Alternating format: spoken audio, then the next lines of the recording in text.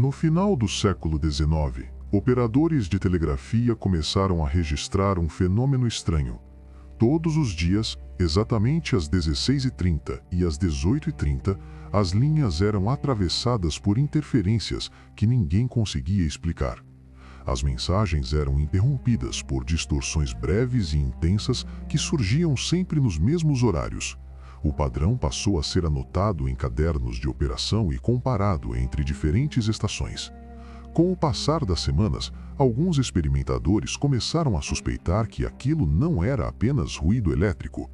Meses depois, 2 deles decidiram seguir o que acreditavam ser instruções escondidas naquele sinal. Naquela tarde, subiriam uma colina isolada levando apenas instrumentos de telegrafia, um caderno de anotações e placas metálicas destinadas a proteger os olhos. O experimento dependia apenas de esperar o próximo horário, 18h30.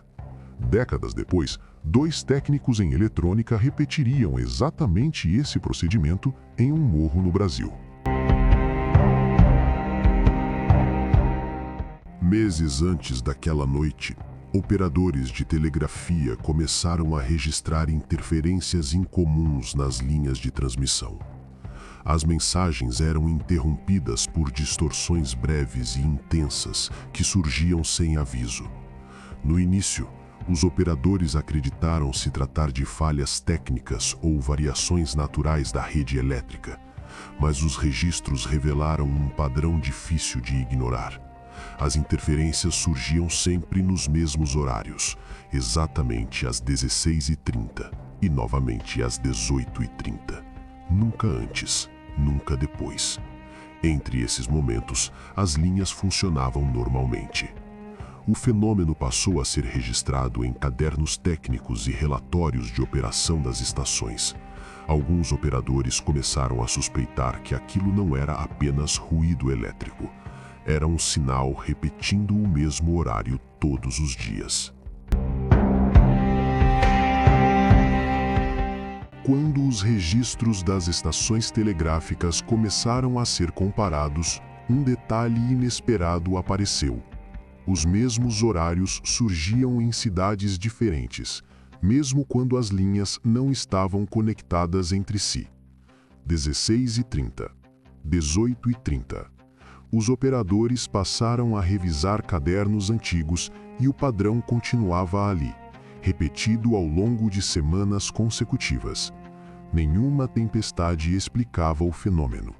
Nenhuma falha elétrica se repetia com tamanha precisão. Durante a análise dos registros, outro detalhe começou a surgir lentamente. Em estações localizadas em pontos mais elevados, a interferência era mais intensa. Quanto maior a altitude, mais forte era a distorção registrada nos aparelhos. As anotações começaram a apontar uma possibilidade desconfortável.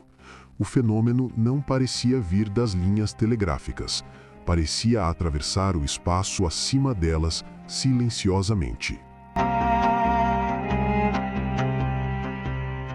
A conclusão levou a uma nova etapa de observação. Se o fenômeno atravessava o espaço acima das linhas telegráficas, então a interferência registrada nos aparelhos poderia ser apenas um efeito secundário de algo maior. Algo que surgia no céu exatamente nos horários registrados todos os dias. Durante uma das ocorrências do sinal, porém, os operadores perceberam algo ainda mais incomum misturado às interferências. Entre os ruídos elétricos apareciam sequências curtas de pulsos repetidos diversas vezes. Quando esses pulsos foram registrados no caderno e organizados na mesma ordem em que surgiam na linha, pareciam formar instruções simples. Esperar o horário, subir a um ponto elevado e posicionar placas metálicas sobre os olhos durante a observação. Ninguém soube explicar por que exatamente aquele material havia sido indicado. Ainda assim, os experimentadores decidiram seguir o procedimento exatamente como havia sido recebido. Depois de registrar as instruções recebidas durante o sinal, os experimentadores passaram a preparar a observação. As placas metálicas indicadas na mensagem foram moldadas para cobrir apenas a região dos olhos. O restante do procedimento foi registrado no caderno de observações para que pudesse ser seguido exatamente como havia sido recebido. 16h30, 18h30. O primeiro horário serviria apenas como confirmação de que o fenômeno continuava ativo. O segundo seria o momento principal da tentativa de observação. Se o padrão estivesse correto, algo deveria acontecer exatamente naquele instante. Até aquele momento, porém, ninguém sabia o que realmente deveria surgir no céu. As instruções apenas indicavam o que fazer, nunca o que esperar. Com tudo preparado, restava apenas aguardar o próximo ciclo do sinal e subir até o ponto mais elevado para realizar o experimento. Os registros indicam que os homens chegaram à colina pouco antes das 18h30. O céu permanecia limpo e o vento quase não se movia. Quando o relógio se aproximou das 18h30, o último horário anotado no caderno, as placas metálicas foram posicionadas diante dos olhos. Durante alguns segundos, nada acontece. O caderno registra o momento exato do sinal. Uma luz silenciosa surge acima do horizonte. Não há som, não há deslocamento visível. Apenas uma presença luminosa suspensa no céu. A anotação descreve uma alteração no ar ao redor do ponto de observação, como se o espaço estivesse momentaneamente instável. A última frase escrita no caderno termina abruptamente no meio da linha. Ela dizia: "A luminosidade não se comporta como reflexão, parece responder à observação direta. Quando olhamos sem proteção, a luz..." Depois disso, não há mais registros daquela noite. Horas mais tarde, os dois experimentadores foram encontrados na encosta da colina por pessoas da região, vivos, mas em estado catatônico. Nenhum deles conseguiu relatar o que havia acontecido durante o momento final da observação.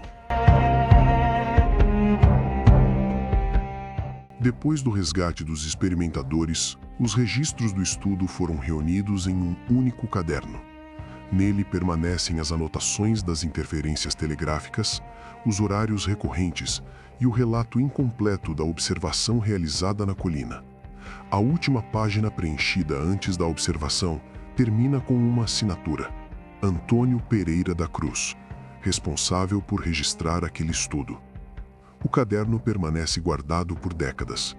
Nenhuma nova anotação é registrada durante muito tempo, até que muitos anos depois, alguém volta a abrir aquelas páginas. Em 1966, uma frase é escrita com caligrafia diferente: procedimento possível de repetir. Abaixo da frase aparecem novamente os mesmos horários registrados décadas antes. 16h30, 18h30. O caderno é fechado. O observador registra. O padrão permanece. Alguns registros atravessam décadas antes de serem compreendidos. Outros apenas aguardam a próxima tentativa de repetição. Se este registro chegou até você, permaneça. Novos casos continuam sendo observados e algumas anotações ainda não foram encerradas. Se desejar contribuir com o registro, descreva nos comentários o que você acredita que foi visto às 18h30.